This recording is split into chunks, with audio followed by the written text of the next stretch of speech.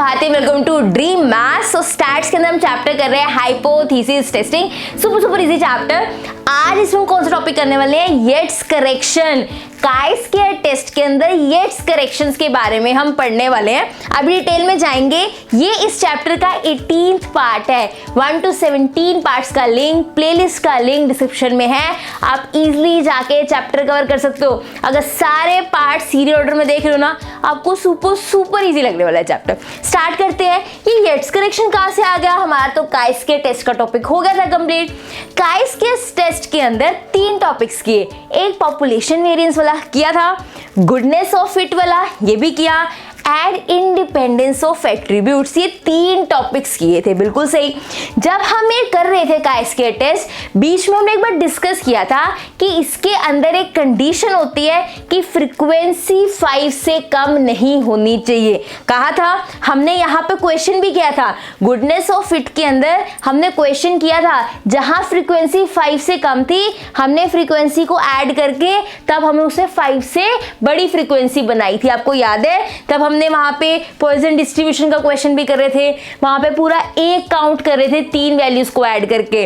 Last to last class में देखना चाहिए, 18th पार्ट कर रहे हैं ना, 16th पार्ट के लास्ट क्वेश्चन में हमने क्वेश्चन किया था कि अगर फ्रीक्वेंसी हमारी क्या है, दैट इज 5 से कम है, तो गुडनेस ऑफ फिट का क्वेश्चन कैसे होगा? 16 पार्ट के लास्ट क्वेश्चन में मिल जाएगा।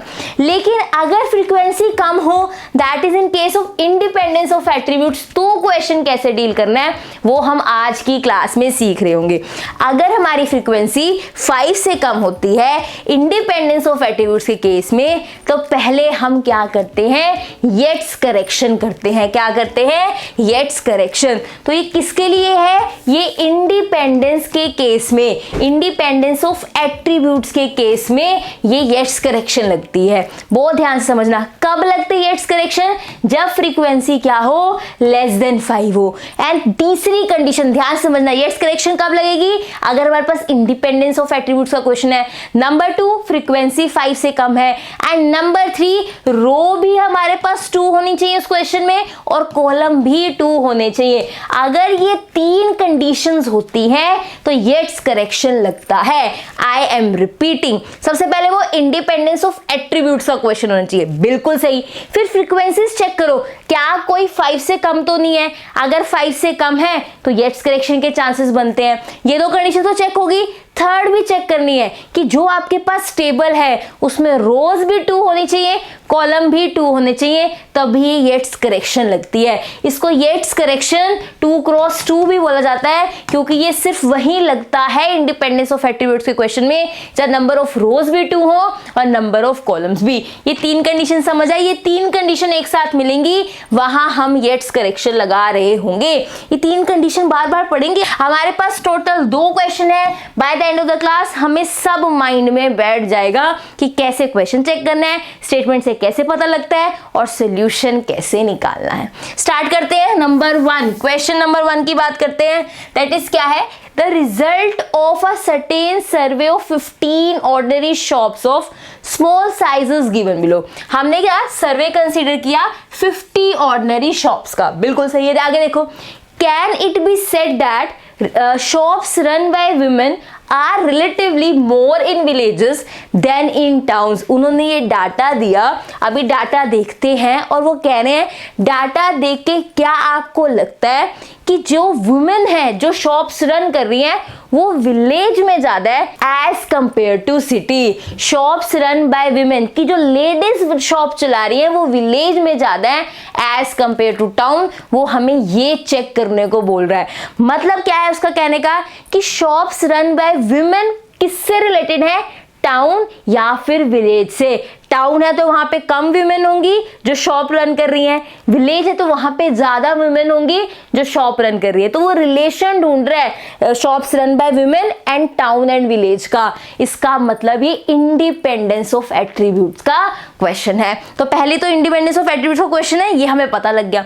सेकेंड चीज, अब थोड़ा सा डाटा पढ़ते हैं। देखो ये मेरे पास क्या है? Shops in towns village run by man. Man देखो टाउन में कितने कर रहे हैं? 17। वुमेन कितने कर रही है? 3। होगी। यहाँ विलेज में वुमेन कितनी रन कर रही हैं, यहाँ विलेज में मैन कितने रन कर रहे हैं, 18 शॉप्स। विलेज में वीमेन कितने रन कर रही है, 12 शॉप्स। यही हमारा डाटा है, ये बाकी तो टोटल है, इसका हमें कुछ नहीं करना, यही हमारा मेन डाटा है, ये ऑब्जर्व फ्रीक्वेंसीज है। ठीक है, इसमें एक फ्रीक्वेंसी 5 से कम है, इसका मतलब इस पे क्या लगेगी, येट्स करेक्शन। एक चीज और, ये देखो इसमें नंबर ऑफ रोज भी 2 है, नंबर ऑफ कॉलम भी 2 है, इसका मतलब इसमें येट्स करेक्शन लग सकती है। इस क्वेश्चन ने येट्स करेक्शन की तीनों कंडीशन सेटिस्फाई की। नंबर 1 इंडिपेंडेंस ऑफ एट्रीब्यूट्स का क्वेश्चन है, नंबर 2 फ्रीक्वेंसी 5 से कम है, नंबर 3 रो भी 2 है, कॉलम भी 2 है, ये येट्स करेक्शन का क्वेश्चन है। वैसे यहाँ पे फ्रीक्वेंसी अगर आपको 5 से कम मिल जाए, फिर आप बाकी 2 कंडीशन भी चेक करो। द मेन अट्रैक्टिव जो आपको ध्यान आना चाहिए कि येट्स करेक्शन लग सकता है कि यहाँ पे फ्रीक्वेंसी 5 से कम है, इंडिपेंडेंस ऑफ एट्रीब्यूट्स का क्वेश्चन है, हाँ फिर रो भी 2 कॉलम भी 2 है, इट मींस ये येट्स करेक्शन का ही क्वेश्चन बनता है। स्टार्ट करें क्वेश्चन, बहुत ध्यान से समझना, बहुत इजी है, बस एक स्टेप एक्स्ट्रा है। यहाँ पे ये 3 है तो हम ऑब्जर्व्ड फ्रीक्वेंसी का भी टेबल दोबारा बना रहे होंगे। जैसे हमने एट्रीब्यूट्स वाला क्वेश्चन किए थे वैसे करने हैं, H0, H1, अल्फा, फिर हम एक्सपेक्टेड फ्रीक्वेंसी, फिर OE, O-, सब वही रहने वाला है। लेकिन यहाँ पे एक एक्स्ट्रा टेबल बनाएंगे, जैसे पहले सिर्फ एक्सपेक्टेड फ्रीक्वेंसी का टेबल बनाते थे, अब हम ऑब्जर्व्ड का भी दोबारा बनाएंगे, क्योंकि येट्स अपनी करेक्शन करेगा, ये टेबल हम नहीं यूज कर पाएंगे। आइए बताते हैं, स्टार्ट करते हैं। सबसे पहले क्या करेंगे, H0 लिखते हैं। चलिए भाई H0 क्या लेंगे, ये इंडिपेंडेंस ऑफ एट्रीब्यूट्स का क्वेश्चन है, इसको कोई रिलेशन नहीं रखना, ये कहते हैं कोई किसी चीज पे डिपेंड नहीं करता, यही हम नल हाइपोथेसिस लेते हैं। उसने क्या कहा था, the shops run by women are relatively more in village and in town, मतलब वो कहना चाहता है कि वुमेन का विलेज और टाउन से रिलेशन है, तो हम क्या कहेंगे, शॉप्स रन बाय, प्रॉपर लिखेंगे, shops run by women are equal in village and town. हम कहेंगे कोई रिलेशन नहीं है, दोनों ही इक्वल है, विलेज में हो टाउन में हो, वुमेन दोनों जगह ही इक्वल शॉप्स रन कर रही है। विलेज और टाउन से वुमेन के रन करने का कोई रिलेशन नहीं है, तो नल हाइपोथेसिस हम इंडिपेंडेंस वाला लेते हैं कि कोई रिलेशन नहीं है, इक्वल है। H1 क्या लेते हैं, जो उल्टा होता है और कंडीशन क्वेश्चन में दी होती है, इससे उल्टा क्या होगा, इक्वल नहीं है, और क्या कंडीशन क्या दी हुई है कि विलेज में ज्यादा है, तो हम वही लाइन लिखेंगे, shops run by women are relatively more in village, पूरी लाइन आप लिखोगे, more in village then in town, question वाली पूरी लाइन आएगी यहां से लेके यहां तक। क्लियर है, तो H0 क्या लेते हैं, इंडिपेंडेंस, कोई रिलेशन नहीं है।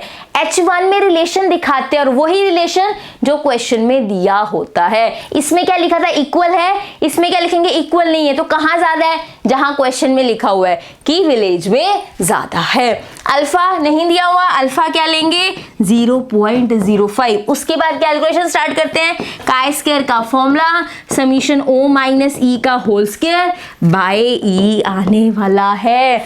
अब ध्यान से देखो, हमें ऑब्जर्व फ्रीक्वेंसीज निकालनी है, एक्सपेक्टेड निकालनी है, ताकि हम टेबल बना के काम कर पाए। सेम रहने वाला है, ये रहा OE, O-E सेम काम करेंगे, लेकिन ये O, ये E निकलेगा कैसे, वो अब हम सीख रहे होंगे।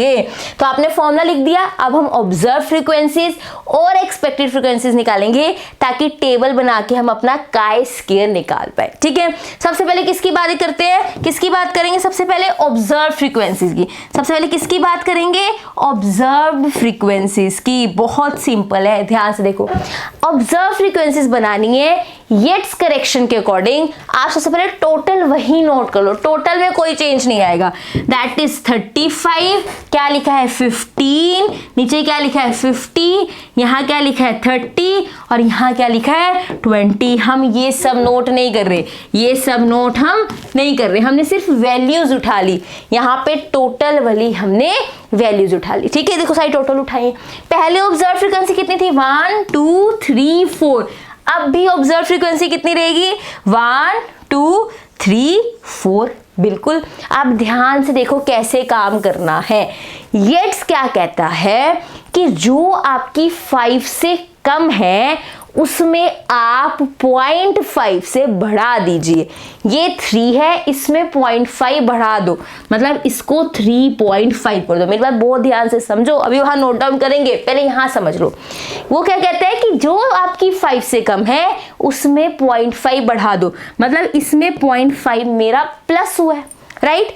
अगर इसमें प्लस हुआ है तो यहाँ पे माइनस होना चाहिए, क्योंकि हमने टोटल नहीं हिलाना, टोटल 20 ही रहना चाहिए।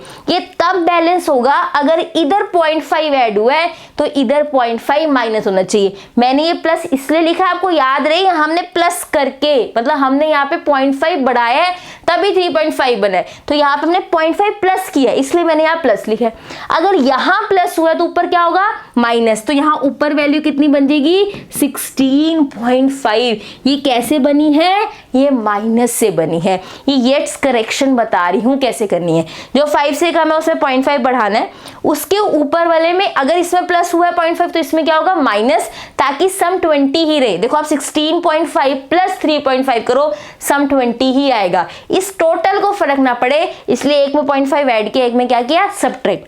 0.5 इसमें ऐड किया, इसके सामने में आ जाओ। अगर ये ऐड हुआ तो इसमें भी क्या होगा, सब्ट्रैक्ट, ताकि ये वाला टोटल ना हिले। ये 3.5 है, इसमें माइनस कर दो तो क्या बनेगा, 11.5। यहाँ पे आप 11.5 कर रहे हो, मतलब आपने यहाँ पे माइनस करा है। यहाँ प्लस था ना, तो इसके ऊपर भी माइनस होगा, इसके साइड में भी माइनस होगा, ताकि टोटल्स की वैल्यू ना हिले। आप 3.5 प्लस 11.5 करो, 15 ही आता है, टोटल नहीं हिला यहाँ 0.5 बढ़ाने से।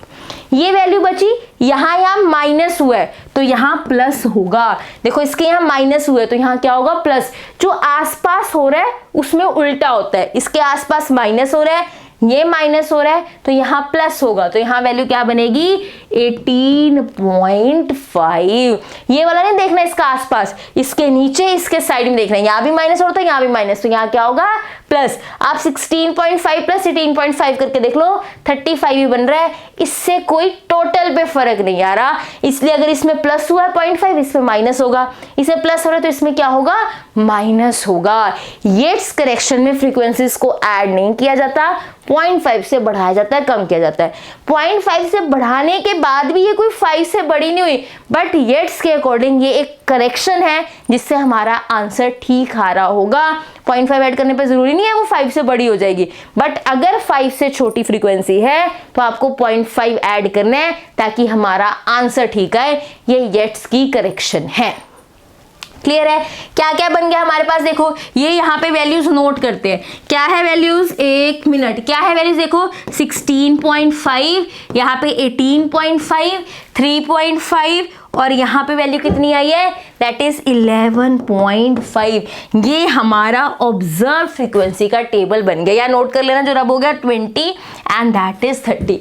आपने क्या करना है पेपर में, आप यहाँ पे, ये तो मैंने यहीं पे कट करके बताया ना, पेपर में जाकर क्वेश्चन तो नोट करोगे, ये टेबल तो बनाओगे, H0, H1, अल्फा सब लिखोगे, यहाँ पे ये वाला टेबल बनाओगे, तो आप पेंसिल से यहाँ प्लस माइनस करके देख लेना, जो आंसर्स आएंगे वो यहाँ नोट डाउन कर देना और इसको रब कर देना। ऐसे आप काम कर सकते हो। ये ऑब्जर्व फ्रीक्वेंसी का टेबल है। अब किसका टेबल बनाएंगे, दैट इज एक्सपेक्टेड फ्रीक्वेंसी का टेबल। क्या बनाएंगे, एक्सपेक्टेड फ्रीक्वेंसी का टेबल। ये भी बहुत सिंपल है। सबसे पहले क्या नोट डाउन करेंगे, टोटल्स। टोटल सेम रहते हैं, चाहे ऑब्जर्व्ड हो चाहे एक्सपेक्टेड हो, टोटल नहीं हिलाने, टोटल्स लिखते हैं, दैट इज 35, 15 एंड 50। नीचे वाले टोटल्स लिखते हैं, that is 20 and that is 30। ये हमारा टेबल है, बना लेते हैं इसको। देखो कितनी वैल्यूज चाहिए, 4, क्योंकि 4 ही ऑब्जर्व फ्रीक्वेंसीज थी, 4 एक्सपेक्टेड होंगी। पहले हम ये वाली वैल्यू निकालते हैं, देखो कितने, फर्स्ट, सेकेंड, थर्ड, 4, ये 4 वैल्यू चाहिए। पहले ये वैल्यू निकालते हैं, दैट इज E11।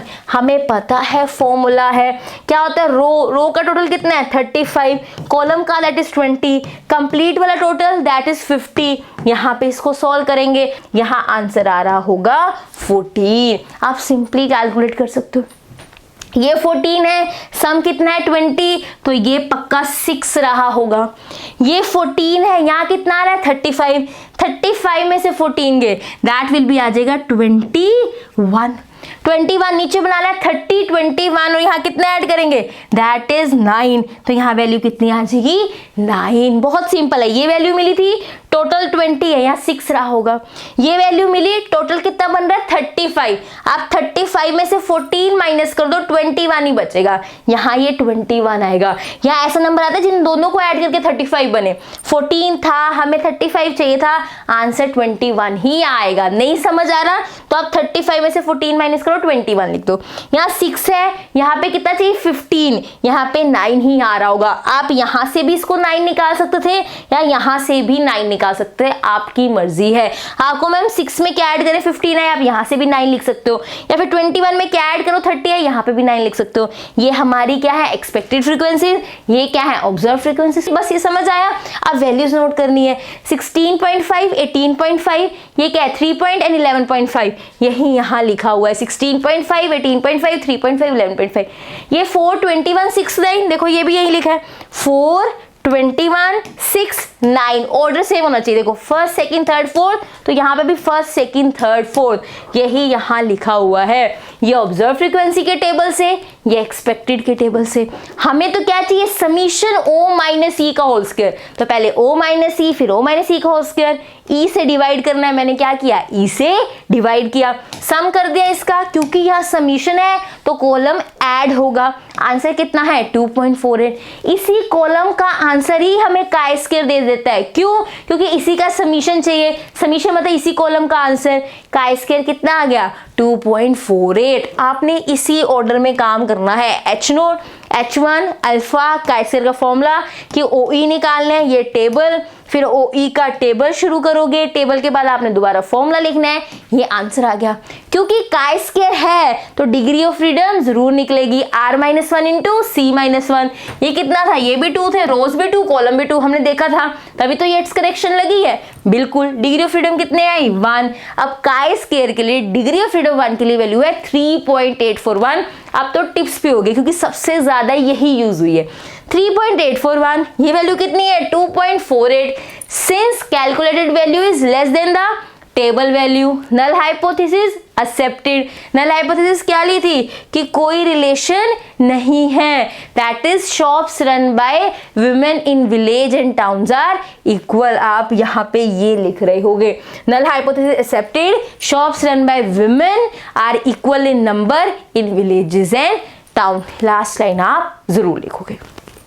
बताओ कहाँ दिक्कत आई है। बस एक डिफरेंस है, ये वाला टेबल हमने बनाया है इस 0.5 का गेम खेल के, एक ये येट्स करेक्शन में टेबल इंट्रोड्यूस हुआ है नया, बाकी कुछ नया नहीं है।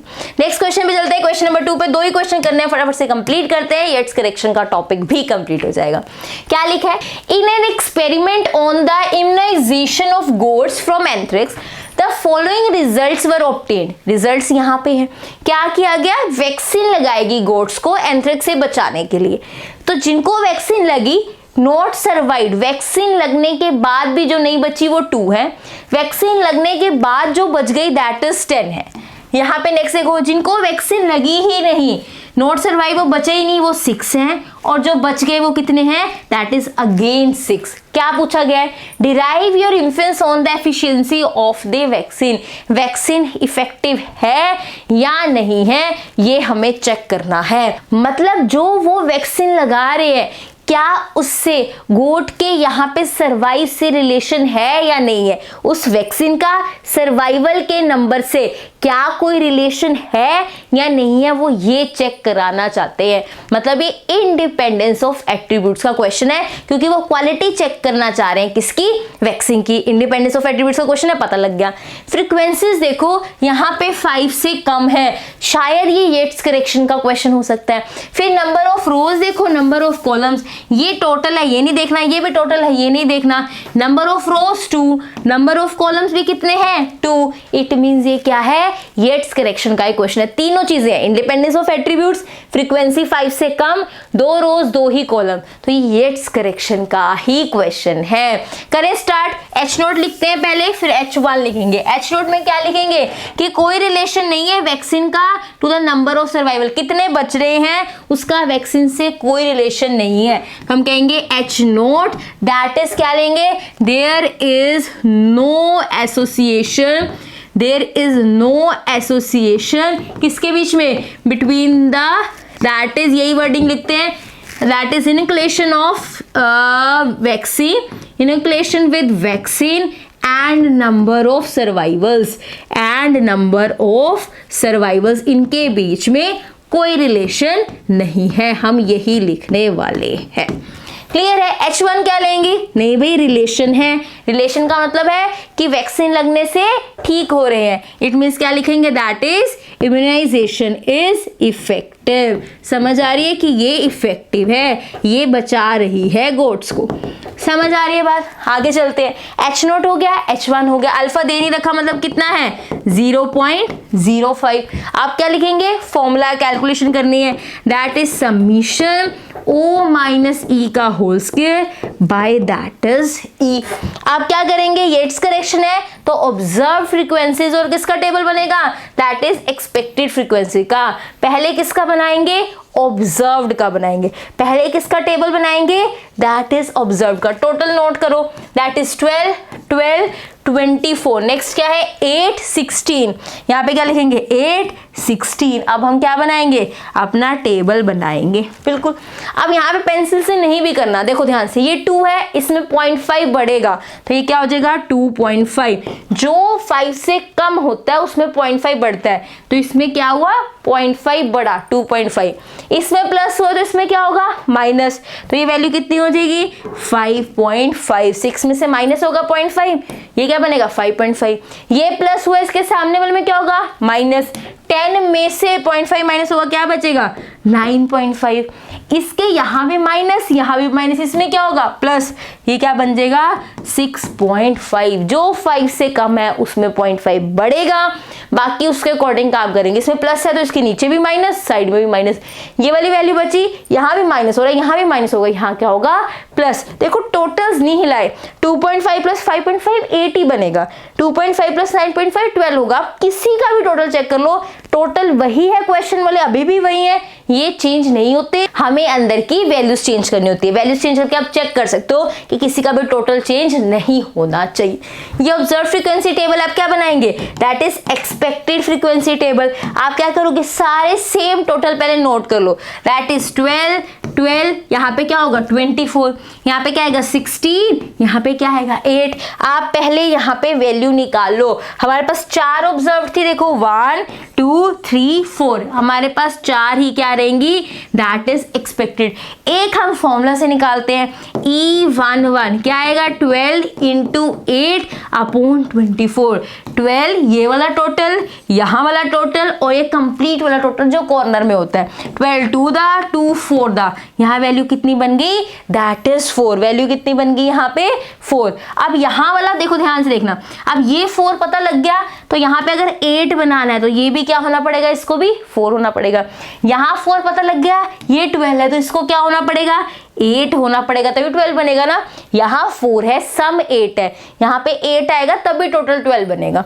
यहाँ पे 4 है, यहाँ पे टोटल कितना आ रहा है, दैट इज 12, यहाँ पे भी क्या आना होगा 8 आना होगा। अगर 4 है टोटल 12 बनाना है तो यहाँ पे 8 आएगा। या फिर आप ऐसे चेक कर लो, यहाँ 8 था, यहाँ ऐसा क्या लिखेंगे 16 बन जाए, 8 ही है, तो ये हमारे पास 4 क्या बन गई, दैट इज एक्सपेक्टेड। तो 2.5 9.5 ये सारी क्या है, दैट इज ऑब्जर्व, 2.5 9.5 और एक्सपेक्टेड क्या थी 4 8 4 8, देखो यही है, ध्यान से देखो, दैट इज 4 8 4 8, इसी ऑर्डर में उठाना है। ये भी 2.5 9.5 5.5 6.5, जिस ऑर्डर में ये उठाया उसी ऑर्डर में ये उठाओ, this this this this, then इसमें भी 4 8 4 8, यही यहाँ लिखा है 4 8 4 8, बस और ही मिल गया। फिर तो फॉर्मूला के अकॉर्डिंग काम करना है। ओ माइनस ई का स्क्वायर बाय ई चाहिए, पहले ओ माइनस सी फिर ओ माइनस ई का स्क्वायर, फिर इसको इससे डिवाइड करना है। 2.25 डिवाइड बाय 4, 2.25 डिवाइड बाय 8, ये हमारे आंसर आए हैं। इनको ऐड करना है क्योंकि यहाँ समीशन है, ये हमें काय स्क्वायर का आंसर दे देगा 1.6876। फिर अगर काय स्क्वायर है डिग्री ऑफ फ्रीडम निकलेगा r माइनस 1 सी माइनस 1, 2 ही रोज थे 2 ही कॉलम्स थे, तो ये हमारे पास 1 बनने वाला है। अब 1 के लिए काय स्क्वायर की वैल्यू 3.841 इतनी बार लिख चुके हैं, अब माइंड में बैठ जानी चाहिए। ये most of the time chi square की डिग्री ऑफ फ्रीडम 1 पे ही पूछ रहा है, यही क्वेश्चन में रिपीट हो रहा है, तो ये माइंड में बैठ जाएगा। हमें टेबल देखने का जो टाइम बचेगा ना, थोड़े से 5-10 सेकेंड वो बच जाएंगे। 3.841। अब यहाँ पे क्या है, calculated value is less than that is table value, therefore null hypothesis क्या होगी हमारी, एक्सेप्ट होगी। अगर नल हाइपोथेसिस एक्सेप्ट होगी इसका मतलब कोई रिलेशन नहीं है हमारा वैक्सीन का और सर्वाइवल का। इसका मतलब हम ये कहेंगे that is immunization is not effective. देखो ये चीज मेरी क्या हुई है, एक्सेप्ट हुई है। एक्सेप्ट का मतलब क्या है कि इंकर्गेशन से सर्वाइवल का कोई लेना देना नहीं है, जितनी मर्जी वैक्सीन लगा दो उसका गोट के बचने से कोई लेना देना नहीं है, मतलब ये इफेक्टिव नहीं है। तो हम लिखेंगे null hypothesis that is immunization is not effective, immunization effective नहीं है। नल हाइपोथेसिस एक्सेप्टेड होने से आप ये सेम लाइन भी लिख सकते हो, ये एक्सेप्ट हो गया ना, तो आप सेम लाइन एंड में लिख दो that is there is no association between, या फिर शॉर्ट में भी लिख सकते हो that is immunization is not effective. बताओ ये चीज क्लियर है, गेट्स करेक्शन समझ आ गया, इजी है ना, अरे सुपर इजी है। एक चीज और मुझे आपसे डिस्कस करनी थी लास्ट बस, फिर उसके बाद हम क्लास एंड करते हैं। आपके पास कईयों की बुक्स में दैट इज आप इंडिपेंडेंस ऑफ एट्रीब्यूट्स वाला अगर टॉपिक देखोगे उसमें एक फॉर्मूला दे रखा है, वहां पे टेबल बनाया हुआ है ये वाला ABCD, यहाँ वैल्यू लिखी हुई है A+B C+D, बताती हूँ मैं सारा, और यहाँ पे A+C, यहाँ पे B+D, ठीक है, और यहाँ पे n, ऐसा सा टेबल बना रखा है आपकी बुक में इंडिपेंडेंस ऑफ एट्रीब्यूट्स वाले टॉपिक में। मैं गेट्स करेक्शन का नाम नहीं ले रही, ध्यान से देखना। कईयों के बुक्स में इंडिपेंडेंस ऑफ एट्रीब्यूट्स के क्वेश्चन में जहां फॉर्मूला इंट्रोड्यूस किया हुआ है ये वाला टेबल बनाया हुआ है, और फिर फॉर्मूला ये लिखा हुआ है दैट इज A+B। ध्यान से देखना, यहाँ पे फॉर्मूला क्या लिखा हुआ है, AD माइनस BC का स्क्वायर, यहाँ पे n, और यहाँ पे A+B C+D A+C B+D, ये आपको बताया हुआ है वहां पे, ठीक है। ये क्या है, ये टेबल लिखा हुआ है कि मान लो ये 4 वैल्यूज है हमारे पास सपोज, और फिर A+B C+D इनके टोटल्स हैं, और ऐसे n लिखा हुआ है, और काय स्क्वायर का ये फॉर्मूला बता दिया। इस फॉर्मूला से भी क्वेश्चन होते हैं that is of independence of attributes, लेकिन तभी जब सिर्फ और सिर्फ 2x2 का केस हो, जहां पे रो भी 2 हो और कॉलम भी 2 हो। बाकी कोई भी क्वेश्चन इंडिपेंडेंस ऑफ एट्रीब्यूट्स का इससे नहीं हो सकता। हमने 3 रोज वाला 3 कॉलम वाला भी किया था।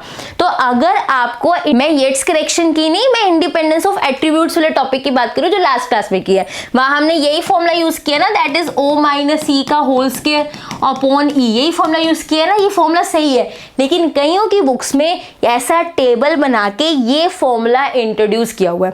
पहली चीज, ये फॉर्मूला मैंने क्यों नहीं कराया, क्योंकि ये फॉर्मूला सिर्फ और सिर्फ 2 रोज और 2 कॉलम वाले क्वेश्चन में होगा, बाकी के क्वेश्चंस के लिए आपको यही सब करना पड़ेगा, इसलिए मैंने ये वाला फॉर्मूला नहीं करवाया है। तो आप अगर सिर्फ ये फॉर्मूला से भी क्वेश्चन करते हो, ये काय स्क्वायर का फॉर्मूला था, E आपने सीख ही लिया था कि रो इनटू कॉलम अपॉन n है, अगर आप इनसे भी सारे क्वेश्चन इंडिपेंडेंस ऑफ एट्रीब्यूट से करते हो आपके मार्क्स नहीं कटेंगे, पूरे मार्क्स आएंगे। तो ये फॉर्मूला मैंने लास्ट क्लास में डिस्कस करना था, पर बाय चांस मैं भूल गई, तो यहाँ ये चीज डिस्कस करी। तो बुक में अगर ये लिखा हुआ है घबराना नहीं, इससे भी क्वेश्चन करोगे सेम आंसर आएंगे। अगर मैं आपको ये वाला फॉर्मूला करवाती तो ये वाला फॉर्मूला तो कराना ही पड़ता, क्योंकि ये सिर्फ 2x2 के केस में जहाँ पे 3 कॉलम हो गए फिर वापस नहीं जाना पड़ता, तो इससे अच्छा इसी से सारे क्वेश्चन कर लो, 2 फॉर्मूला लगाने की कोई जरूरत नहीं है, इसी से सारे क्वेश्चन हो जाएंगे, कोई आपके मार्क्स नहीं काट सकता। ये फॉर्मूला बना बहुत इजीली बना हुआ, देखो A B C D values लिखी हुई है, ये टोटल है a प्लस बी, ये टोटल है c plus D, a plus C का ये टोटल है, b प्लस डी का ये टोटल है। फॉर्मूला क्या बना दिया कि आप n into a d minus b c करो। देखो ये टोटल यहाँ पे n लिखा है, a d minus b c का होल स्क्वायर, और नीचे सारे टोटल्स लिखे हुए हैं, a plus b, c plus D, a plus सी, बी प्लस डी। ये फॉर्मूला ऐसे ही बना हुआ है, but no need to learn, आप इसी फॉर्मूला से सारे क्वेश्चन कर लो इंडिपेंडेंस ऑफ एट्रीब्यूट्स के। क्लियर है चीज? इसी के साथ येट्स करेक्शन भी हो गया। एक दो बिल्कुल छोटे छोटे से टॉपिक और बचे इस हाइपोथेसिस टेस्टिंग के चैप्टर के, खत्म होने वाले हैं। अब ज्यादा लेंथी कोई टॉपिक नहीं बचा, छोटे छोटे मिसलेनियस एक दो टॉपिक और हैं, होमोजेनिटी हो गया, एक दो टॉपिक और हैं, छोटे टॉपिक से अब कोई बड़ा टॉपिक नहीं बचा है। आई होप आपको चीजें अच्छे से क्लियर हो रही हैं। Let me know in the comment section Yates correction का टॉपिक कैसे लगा, सुपर इजी या उससे सुपर इजी। इसी के साथ आज की क्लास एंड करते हैं। I hope you like this video. If you like this video, do like, share, comment and subscribe to my channel which is Dream Maths. Thank you so much for watching.